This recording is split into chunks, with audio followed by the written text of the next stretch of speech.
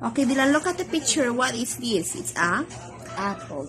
apple. Okay, let's write the word apple. Start with letter A. Look at here, go. Start with letter A. A. Dylan, look at here, go. Let's write the letter A. Start with a circle, a small circle. Look at here. Start here. Letter A. Then line. Next, letter P. P. Next. Okay, more P. Another P. Next, letter L. Then last one, letter E. E. Start here. Letter E. Very good. Next. Okay. Dylan, what is this? It's a ball. Okay, let's write the word ball. Look at here, go. Start with B. B. Next.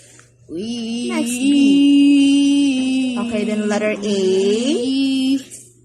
A. Letter A. Start with a small circle. Look at here. Letter A. Start with a small circle. Letter A dong. A. A. Look at here. Go. Letter A. A. A. A. Okay, then line. Good. Next, letter L. Make it straight. Start here. Go. Another letter L. Letter L. Very good. Next. What is this, Dylan? Look at here. Look at the picture. What is this? It's a Cat. Okay, let's write the word cat. Sige, hold your pencil. Let's start with letter C. C. Go. C. Next, letter A. A. Excuse me. A. Then line. Next, letter T. T. Very good. Okay, next, Dylan. What about this one? It's Cow. ink. Okay, let's write the word ink. Start with the letter I. Dot. Dot here, dot. Then letter N.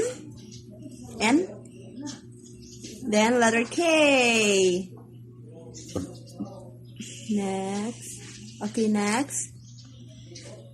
Good. How about this one? It's a Octopus. Okay, let's write the word octopus. Start with O. Go. Start with O. Then C. C. Letter T. Again. Next. Go on. Then letter O. O. Letter P. Next. P. Then U. U. Start here, U.